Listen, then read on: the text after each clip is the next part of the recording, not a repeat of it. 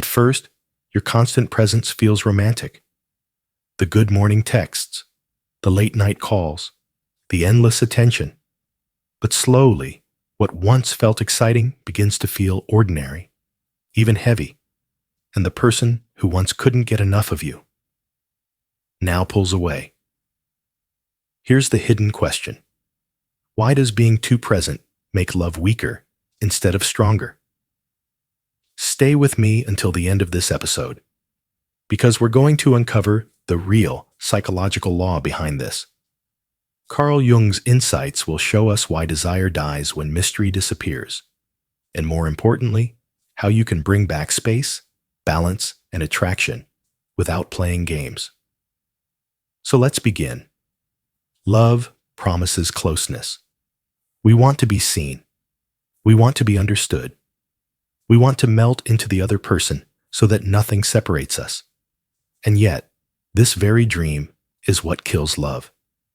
Because when you are always present, you stop being an individual. And love, without individuality, cannot survive. Think about those early days of falling in love. Every glance carries weight. Every text feels like a secret code. Every silence is filled with imagination. You don't yet know everything about them. And it's that not knowing that makes your heart race. But what happens when you begin to know it all? When every story has already been told? When every moment is accounted for? The air thins. The room feels smaller. And slowly, you begin to feel you've lost something, though you can't explain what. Jung would have said, what you lost was the tension of opposites, the spark that arises only when two people remain two people, distinct, mysterious, partly hidden. Let's take a simple example. Imagine a man who adores his partner. He believes love means being available every second. He answers every message within seconds. He cancels plans with friends just to be with her. He insists they spend every weekend together, no exceptions. To him, this is proof of commitment. But slowly, she feels suffocated. Not because she doesn't love him, but because she can't breathe. His presence has filled every corner. There is no space left for her to miss him. And without space, desire cannot grow. Have you seen this play out? Maybe in your own life? Or in a couple you know, the ones who started with fire, only to fizzle out because one partner could never step back. Jung believed that the unconscious rebels against this kind of closeness. It withdraws libido, the psychic energy that fuels passion when it senses that individuation is being threatened. In other words, when you lose yourself in another, your psyche pulls the plug. This is why relationships collapse into boredom. Not because love isn't real, but because love without distance is unsustainable. Think of music. Notes matter, yes. But what makes music is the silence between them. Without silence, you have only noise. Relationships are the same. Presence matters, but so does absence. And without absence, love becomes noise. Let's look at it from another angle. Picture a couple married for 10 years. They love each other. They've built a life together. But they have fallen into a trap. Every night is dinner together. Same table, same conversations. Every weekend is spent side by side, doing errands, watching the same shows. They are present in each other's lives, constantly. But beneath that presence, a quiet resentment grows. They no longer feel desire, not because anything is wrong, but because nothing is unknown. Jung once said, "The meeting of two personalities is like the contact of two chemical substances. If there is any reaction, both are transformed." Notice what he's saying. Two substances, two separate entities. If one dissolves completely into the other, there is no reaction, only sameness. And sameness kills desire. This is why absence is not the opposite of love. Absence is the fuel of love. Think of the moon and the earth. If the moon crashed into the earth, the dance would end. It is distance that creates gravity. So, it is in love. When you are too present, you remove gravity. You remove the pull. And without pull, attraction dies. Jung saw this not just in romance, but in the deeper structure of the psyche. He spoke of anima and animus, the inner feminine and masculine archetypes that live in each of us. When we fall in love, we often project these inner figures onto another person. That projection is what makes them feel larger than life, mysterious, magnetic. But here's the danger. The moment we collapse that projection, when we believe we know everything about them, when we are constantly present, the magic breaks. The archetype retreats, and the person appears ordinary. The spell is gone. You can feel this in the language we use. At the beginning of love, she's unlike anyone I've ever met. Later, she's just like everyone else. Nothing about the partner has changed, but the projection has withdrawn. And the cause? Too much presence. The unconscious does this as a form of self-protection. It cannot allow us to lose ourselves entirely. So when one partner tries to dissolve into the other, the psyche pulls back. It kills desire to restore balance. Have you ever wondered why absence makes the heart grow fonder? It's not just a cliché. It's psychology. Because absence reactivates projection. It allows mystery to return. It lets the imagination fill the silence with longing. This is why distance revives relationships. A short trip apart, a day without texting, a few hours in which you live your own life without sharing every detail. These are not threats to love. They are oxygen. Now, here's where people get it wrong. They think, so should I play games? Should I pretend to be busy just to create distance? But that's not the point. Jung wasn't telling us to manipulate. He was telling us to individuate. Individuation means staying a whole person in love, having your own passions, your own mysteries, your own inner life. It means not dissolving into the other, but standing as yourself, so that love remains the dance between two souls. When you are too present, you stop individuating. You become absorbed. And in doing so, you kill the very attraction you're trying to preserve. So here's the truth most people don't want to hear. Love fades not because we stop caring. Love fades because we stop being absent. We stop giving each other space to long, to wonder, to miss. The lesson is simple, but hard to practice. Love survives not in constant presence, but in rhythm. Closeness and distance, light and shadow, presence and absence. And unless you allow for both, the unconscious will do it for you. It will withdraw desire. It will dull the spark, and it will remind you of the first law of attraction. Love needs mystery. Love needs distance. And without it, love will always fade. So now that we've seen why love fades when you're too present, the question becomes practical. What can you actually do about it? Because it's one thing to understand the theory. It's another to live it out in the messy world of relationships. Let's start with a simple principle. Love thrives on rhythm, not constancy. Think of breathing. Inhale, exhale. Without both, there is no life. Imagine trying to inhale forever. You'd suffocate. Love works the same way. It needs closeness, yes, but it also needs distance. Without distance, intimacy collapses. So how do we apply this? The first step is brutally simple. Don't give up your life for love. It sounds obvious, but it's one of the most common mistakes people make. They meet someone, fall deeply, and suddenly their entire world narrows to one person. Friends disappear. Hobbies are abandoned. Work becomes secondary. And slowly, their sense of self evaporates. But here's the problem. When you lose yourself, you don't just lose your independence. You lose your attractiveness. Because attraction is fueled by individuality, by the fact that the other person is still someone other than you. So if you want love to last, keep living your life. See your friends.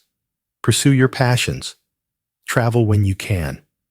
Not as a strategy to make them miss you, but as a way of staying whole. That wholeness is what keeps love alive. Now, let's address a common doubt. Some people hear this and think, so are you saying I should play hard to get? Ignore my partner? Create distance on purpose just to keep them interested? No, that's manipulation. And manipulation always backfires. What we're talking about is not games, but growth. You don't pull away to trick the other person. You stay rooted in yourself so that love doesn't collapse into fusion. Jung would call this individuation, the lifelong process of becoming yourself. And individuation doesn't stop just because you fall in love. In fact, falling in love is one of the greatest tests of individuation because it tempts you to dissolve, to become one with the other. But the paradox is this: love lasts only if you remain two. Let's take an everyday example. Imagine a woman who has been dating someone for a year. At first, she had her career, her circle of friends, her routines. But slowly, she begins spending all her time with her partner. Her friends see less of her. Her hobbies collect dust. And soon, her partner becomes her entire world. At first, he enjoys it. Who doesn't want to feel central, adored? But over time, he begins to feel the weight. She no longer brings fresh stories from her own life. She no longer surprises him with new insights because she's living in his shadow. And then he begins to pull away. She thinks, maybe I need to give him more. More attention, more presence, more love. But the truth is, the more she gives, the less he desires. Not because he doesn't love her, but because her individuality has dissolved. The solution is not less love. It's more life. By living fully as herself, she becomes magnetic again. Because mystery returns. And mystery is oxygen. But here's a pitfall you need to avoid: swinging too far in the other direction. Some people hear the call for distance and use it as an excuse for neglect. They disappear for days, avoid intimacy, refuse to share. That's not distance. That's withdrawal. And withdrawal kills love just as quickly as suffocation. The key is rhythm, closeness and space, presence and absence, shared moments and separate lives. Think of a dance. Two partners moving together, but never standing on top of each other. It's the space between them that makes the movement beautiful. Remove the space, and the dance ends. Now, let's address another doubt. Some people ask, but isn't unconditional love about always being there, about never leaving, never pulling back, never creating distance? It's a fair question. But unconditional love is not the same as constant presence. You can love someone unconditionally and still need space. In fact, unconditional love respects space because it says, I love you, not because you are mine, but because you are yourself. And to be yourself, you need room to breathe. Jung saw this clearly in his work with couples. He noticed that love often collapses under the weight of fusion. Partners who believed they were being loyal by being always present were, in fact, draining the relationship of its vitality. Because loyalty is not about erasing distance. It's about holding the tension between closeness and separation. So how can you bring this into practice right now? Here are a few simple but profound shifts. 1. Don't answer immediately. Not every message needs an instant reply. Silence creates space for longing. 2. Keep your passions alive. Don't give up music, writing, fitness, or whatever makes you feel alive. The more you grow, the more you bring into love. 3. Spend time apart. Go out with friends. Take solo trips. Do things your partner doesn't share with you. Absence isn't betrayal. It's the soil of desire. 4. Protect your mystery. Don't expose every thought, every detail, every emotion instantly. Let some things unfold slowly. Let the other person discover you over time. 5. Respect theirs too. If your partner wants space, don't panic. Absence does not mean abandonment. It often means they are preserving the individuality that keeps love alive. Now let's be honest. Applying this is uncomfortable because it feels like risk. When you step back, even slightly, the fear whispers, what if they forget me? What if they don't miss me? What if I lose them? And yet, clinging tightly almost guarantees that outcome because suffocation always pushes people away. The paradox is cruel but true. The more you let go, the more they come back. Jung would say, this is the psyche's way of protecting the soul. It refuses to let love turn into possession. And so it demands rhythm. It demands absence. It demands that you remain whole. So here's the practical takeaway. If you want love to last, stop trying to be always present. Be yourself. Live your life. And let love breathe. Because love is not found in constant exposure. It is found in the dance of distance and closeness, mystery and revelation, self and other. And unless you master that dance, love will always fade. By now, you understand the hidden law of desire. That love doesn't die because we stop caring. It dies because we stop creating space. But maybe you still have questions. Let's take them one by one.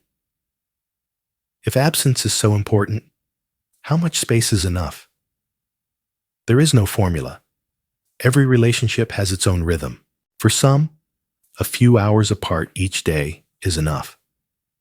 For others, it may be days or even weeks of living partly separate lives. The point isn't to measure distance, but to honor it, to allow mystery to exist instead of smothering it with constant presence. But what if I give space and they don't come back? That's the fear at the core of all of this. That absence will reveal indifference. But here's the truth. If someone forgets you when you step back, they were never really holding you in their heart. Love that can only survive on constant exposure is not love. It's dependency. And dependency always cracks under its own weight. Isn't love about sharing everything? It's about sharing, yes, but not about dissolving. You can share your life without erasing your individuality. You can reveal your soul without giving up your mystery. Jung would say, you remain two, even as you become one. That tension is what keeps the bond alive. What if my partner doesn't understand this?